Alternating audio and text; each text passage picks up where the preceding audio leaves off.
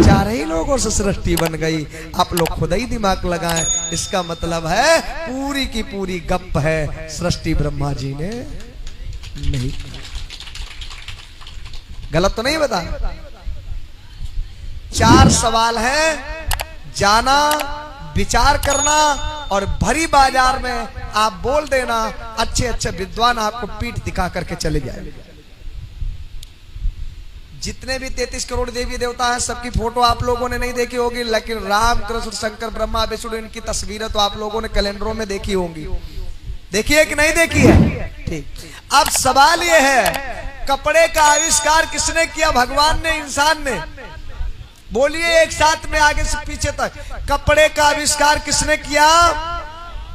क्योंकि इतिहास में हम आदि मानव की कथा पढ़ते हैं कि यहाँ पर जब कपड़े का आविष्कार नहीं था तो आदि मानव नंगा रहता था, जानवरों की खाल से और पेड़ की पत्तों और उसकी छाल से अपने शरीर को,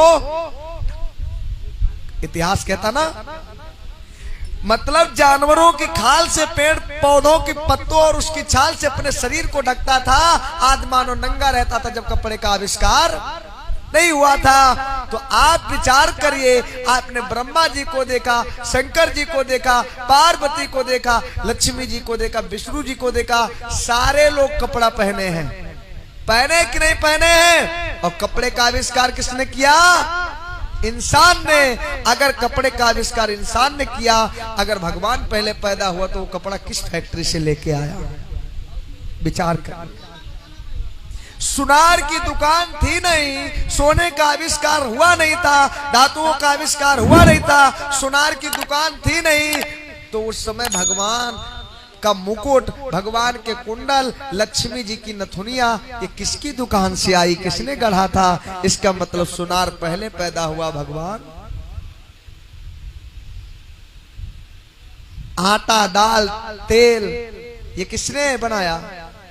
किसने बनाया? इंसान ने। और भगवान 56 प्रकार का भोग खाता था। जब लड्डू बर्फी मिठाई बनती थी तो चीनी किस फैक्ट्री की जाती थी? कढ़ाई थी नहीं, खोया किस कढ़ाई में उठा जाता था बर्फी बनाने के लिए? चीनी थी नहीं तो किस फैक्ट्री से आती थी? आप लोग विचार कर रहे हैं, चीनी की फैक्ट्री किसने बनाई? चीनी का आविष्कार किसने किया?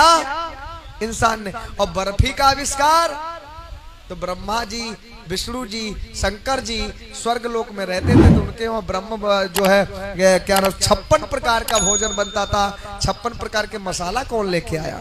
किसकी दुकान से? जब बनिया था नहीं, सरसों का तेल था नहीं, कोल्हू लगा नहीं था, क्योंकि यंत्रों का आविष्कार किसने किया? इंसान ने किया ना। अगली चीज, इन महल और दो महले जो मकान हैं, इन मकानों का आविष्कार किसने किया? किसने बनाया? घर मकान किसने बनाए? भगवान ने कि इंसान ने? क्योंकि इतिहास कहता आदि मानव समूह बनाकर, झुंड बनाकर के जंगलों में रहता था। अगर इंसान ने जो है मकानों का आविष्कार किया, घरों का, भवनों का निर्माण इसने किया, आविष्कार इसने किया, तो आपके जो भगवान थे वो महलों में रहते थे, तो उनकी छत डालने कौन जाता था? कौन से मसाला की वो छत बनी थी? सरिया, सीमेंट, गारा, ईंट कहां से आया था? कौन वैज्ञानिक पहले पैदा हुआ? अगली बात, देवताओं की हम बात नहीं कर रहे हैं। देवताओं के राजा जो इंद्र थे, देवताओं के राजा कौन थे? इंद्र। उनके दरबार में नाचने वाली नचनिया, नर्तकी, परियां नाचती थी। उर्वशा, रंभे, मेनका, इसी नाम, ये नाम था।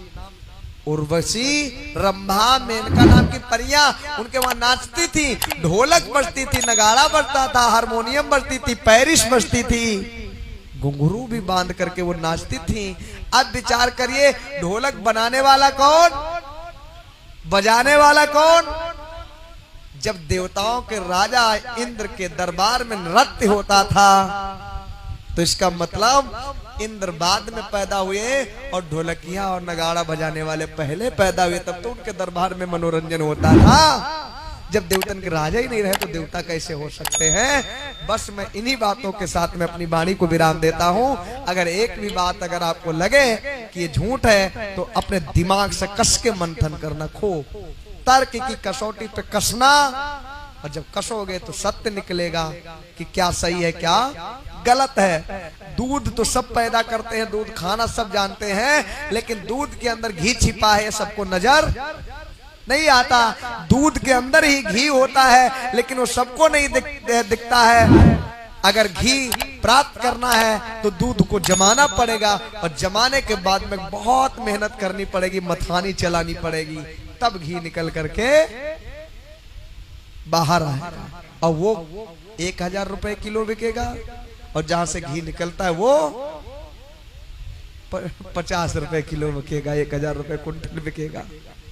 तो ये चीजें हैं, आप लोग समझें और देखें, और अपने समाज में अपने भतीजों को, अपने भाइयों को, अपने बच्चों को ज्यादा से ज्यादा पढ़ाएं। जब अपनी बेटी और बेटा पढ़े लिखे होंगे तो ऑटोमेटिक वो IAS PCS ESP DSP government servant होंगे, कुछ ना कुछ तो जरूर बन जाएंगे। और जब कुछ ना कुछ बन जाएंगे तो आपके परिवार की गरीबी दूर होगी, आपका विकास होगा। जब आपका विकास होगा तो जो आपकी इज्जत नहीं करते वो भी आपकी इज्जत करने लगेंगे। भिखमंगे बने रहे, कांवर चढ़ाते रहे, भंडारा करते रहे, पुण्य करते रहे, व्रत रहते रहे, और घर में छप्पर नहीं है तो कोई तुम्हारी पूजा करने, क्योंकि बाप बड़ा ना भैया आज के समय में सबसे बड़ा। हाँ? बहन कुमारी मायावती चमरिया थी कब? जब गरीब थी, और मुख्यमंत्री बन गई तो कहां बन गई? चमरिया से। बहन जी सतीश चंद्र मिश्रा जाते थे, सबसे पहले पैर छूने लगे। अगर गरीब होती तो क्या उनको बहन जी कहता कोई? बोलिए, कहता कोई? नहीं कहता ना। तो जब बड़ा कोई हो जाता है तो उसकी जाति खत्म हो जाती। बाबा साहब नीच थे, चमार थे, सब कुछ थे। महात्मा गांधी भी कहते थे कि नीच हैं, कि वो चमार नहीं महार थे, मैंने अभी बताया था। बाबा साहब नीच थे, शूद्र थे, सब कुछ थे। महात्मा गांधी, नेहरू सब जानते थे, लेकिन बाबा साहब के पास जब 32 डिग्रियां हो गई, वो डॉक्टर, मास्टर और बैरिस्टर सब कुछ बन गए, तो नेहरू जी ने सबसे पहले अपनी मौसी की बिटिया उनके संग ब्याह दी। जो बाबा साहब की दूसरी पत्नी थी सविताबाई, वो पंडित जवाहरलाल नेहरू की सगी मौसी की बिटिया थी। वैसे वो नीच थे, और जब वो सक्षम हो गए तो सबसे पहले अपनी बिटिया भी आए दिए। ये समझिए, जब सक्षम हो जाएंगे तो आपकी जाति खत्म हो जाएगी। अगर आप गरीब हैं तो किसी भी बिरादरी के हो, इज्जत आपकी। ये जमाना है। और सक्षम आप कब होंगे? हवन यज्ञ का भंडारा कांवर ढोने से नहीं।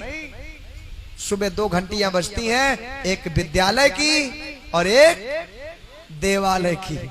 देवालय मतलब मंदिर की, एक स्कूल की और एक मंदिर की। मंदिर जाओगे भिखारी बनोगे, स्कूल जाओगे अधिकारी बनोगे। अब तुम्हें क्या बनना है? कौन सी घंटी की तरफ भागना है? मंदिर वाली घंटी की तरफ या स्कूल वाली घंटी की तरफ? ये आपके ऊपर निर्भर करता है। जैसा आप चाहें वैसा बन सकते हैं। हम नहीं कहते कि, मैंने अभी बताया था कि तुलसीदास जी ने अपनी रामचरितमानस में लिखा है कि सकल पदार्थ है जगमाही, कर्महीन नर पावत नाही। दुनिया में सब कुछ है, आप प्राप्त करना चाहो तो सब कुछ प्राप्त हो सकता है, लेकिन कब? जब मेहनत करेंगे, परिश्रम करेंगे तब। बोलिए भगवान